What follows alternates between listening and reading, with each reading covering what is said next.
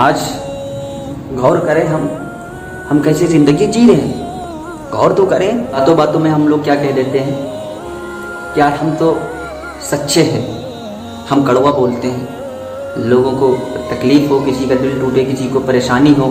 کسی کو کچھ بھی ہو، ہم سے کیا مطلب، ہم کو تو بات کرنے سے مطلب ہے، ہماری زبان سے کسی کو کیا پریشانی ہو رہی ہے، اس سے ہم اپنے آپ پر غور نہیں کر رہے ہیں چیز، ہم اور کیا کہتے ہیں اپنے آپ کو کہ ہم بہت سچ بولتے ہیں، ہم بہت کھرا بولتے ہیں۔ یہ تم نے تو اپنے آپ میں ڈیسائیڈ کر لیا، ارے تو اللہ جانتا ہے کون کتنا سچا ہے، کون کتنا کھرا ہے، یہ تو اللہ جانتا ہے۔ ارے ہمارے نبی سے بھی زیادہ میرے بھائی کوئی سچا ہو سکتا ہے، ہمارے نبی سے بھی زیادہ کوئی سچا ہو سکتا ہے اس دنیا کے اندر، ہمارے نبی سے زیادہ سچا کوئی ہو ہی نہیں سکتا ہے۔ اور وہ کیسے زندگی گزار کر گئے، ان کی زندگی کو پڑھو، کتنا میٹھا بولتے تھے، کبھی اپنی زبان سے کسی کے دل کو تکلیف نہیں پہنچائی انہوں نے۔ وہ غیر مسلموں سے بھی کتنی پیار و ادب سے بولتے تھے، کافروں کو بھی وہ گلے لگاتے تھے، ان سے بھی سچا کوئی تھا؟ یہ تو تم نے اپنے آپ میں ڈیسائیڈ کر لیا کہ ہم سچ بولتے ہیں۔ میرے بھائی ہم جتنے اعمال کرتے ہیں نا، سارے اعمالوں پر پانی پھر جائے گا ہمارے، اگر ہماری وجہ سے کسی کو تکلیف پہنچتی ہے، کسی کا دل ٹوٹتا ہے، تو ہمارے سارے اعمالوں پر پانی پھر جائے گا، چاہے ہم جتنے بڑے نمازی ہوں، چاہے جتنے بڑے روزے دار ہوں، چاہے جتنے بڑے حاجی ہوں۔ لیکن اگر ہم اپنی زبان سے کسی کا دل توڑتے ہیں، اگر ہم کسی کے اوپر زیادتی کرتے ہیں، اگر ہم کسی کو پریشانی پہنچاتے ہیں، تو میرے بھائی سارے اعمال ہمارے بیکار ہیں۔ ایک مرتبہ ہمارے اور آپ کے آقا نامدار حضرت محمد رسول اللہ صلی اللہ علیہ وسلم حضرت عائشہ سے فرماتے ہیں کہ عائشہ مانگو کیا مانگتی ہو۔ خوشی کے موقع پر انہوں نے ایک مرتبہ کہہ دیا، جیسے شوہر عام طور سے کہہ دیتے ہیں آج مانگو کیا مانگو، کیا مانگتی ہوں مانگو، جو مانگو میں دوں گا، ایسے ہمارے نبی نے فرمایا کہ عائشہ آج مانگو کیا مانگتی ہو۔ تو حضرت عائشہ رضی اللہ تعالیٰ عنہ نے فرمانے لگیں کہ اے اللہ کے نبی، میں جو مانگوں گی آپ دیں گے، وعدہ کریے۔ ہاں میں وعدہ کرتا ہوں، جو مانگو گی ہم دیں گے انشاءاللہ۔ تو حضرت عائشہ رضی اللہ عنہ نے فرمایا کہ میں اپنے ابو جان سے اس بارے میں مشورہ کر لوں، رائے کر لوں، پھر میں مانگوں گی۔ تو ہمارے نبی نے اجازت دے دی کہ ٹھیک ہے۔ تو حضرت عائشہ رضی اللہ تعالیٰ عنہ اپنے ابا جان کے پاس آتی ہیں، جو ہمارے نبی کے یار،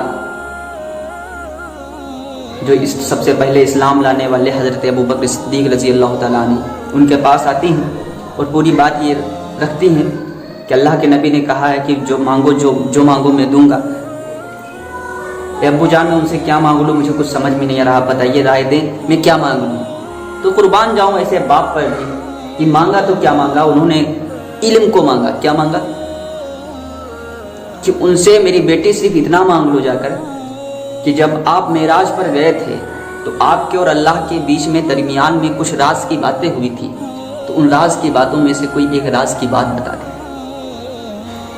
قربان جاؤں کیا مانگا۔ آج کل کے لوگ تو کیا مانگ لیتے ہیں یار، لیکن قربان جاؤں۔ تو حضرت عائشہ صدیقہ رضی اللہ تعالیٰ عنہ جب واپس آتی ہیں تو ہمارے نبی پوچھتے ہیں کہ کیا رائے مشورہ ہوا، ملائی تو ہوں۔ انہوں نے کہا کہ ہمارے ابو جان نے یہ چیز ہم کو یہ حکم دیا ہمیں کہ آپ جب معراج پر تشریف لے گئے تھے تو آپ کے اور اللہ کے بیچ میں کچھ راز کی باتیں ہوئی تھی، اس راز کی باتوں میں سے ایک راز کی بات بتا دیں۔ تو ہمارے نبی مسکرائے۔ سوچو کس وجہ سے مسکرایا ہوگا، اپنے یار کی مانگ پر مسکرایا ہوگا، کہ اس راز کی بات کو یاد کر کے مسکرایا ہوگا کہ اگر راز بتاتا ہوں تو راز نہیں رہتا ہے، اور چونکہ وعدہ بھی کیا، وعدہ کو بھی پورا کر رہا ہے۔ تو اللہ کے نبی نے فرمانے لگے کہ عائشہ سنو،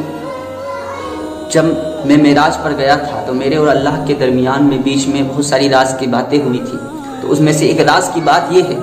کہ اللہ تبارک تعالیٰ نے فرمایا تھا کہ تمہاری امت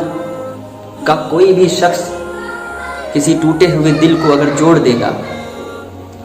تو میرے اوپر یہ ذمہ داری ہے، میرے اوپر یہ لازم ہے کہ میں اس کو بنا حساب کتاب کے جنت میں داخل کر دوں۔ تو حضرت عائشہ بہت خوش ہوئی اور فوراً اپنے ابو جان کے پاس آتے ہیں اور خوشی خوشی یہ چیز بتاتی ہیں کہ یہ راز کی باتیں ہوئی تھیں۔ تو حضرت ابوبکر صدیق رونے لگے، زار و قطار رونے لگے۔ حضرت عائشہ ان کو دیکھ کر حیران ہوتی ہے، وہ کہتی ہے ابو جان اس میں تو خوشی کی بات ہے کہ ایک دوسرے کا ہم لوگ دکھڑا سن لیتے ہیں، کسی پریشانی میں ان کی مدد کر دیتے ہیں، یہ تو بہت اچھی بات ہے، یہ تو ایک ہمیں نجات کا ذریعہ مل گیا، یہ تو ایک سبب ہے جنت میں جانے کا، اس میں رونے کی کیا بات ہے؟ تو حضرت ابوبکر صدیق رضی اللہ تعالیٰ عنہ نے فرمایا کہ میری بیٹی اے عائشہ محسوس تو کرو، اس تصویر کا دوسرا رخ بھی ہے، اس تصویر کے دوسرے رخ کو تو دیکھنے کی کوشش کرو، اور اس تصویر کا دوسرا رخ بڑا ہی خطرناک ہے، بڑا ہی دردناک ہے، اور وہ دوسرا رخ یہ ہے کہ جو اللہ کسی کا دل جوڑنے پر بنا حساب کتاب کے جنت میں داخل کر دے گا تو وہی اللہ کسی کا دل توڑنے پر اوندھے منہ جہنم میں بھی ڈال سکتا ہے۔ تو میرے بھائی ہم اور آپ ذرا غور کریں کہ ہم کسی کا دل تو نہیں توڑ رہے اپنی باتوں سے، ان باتوں کا ہمیشہ خیال رکھیں زندگی میں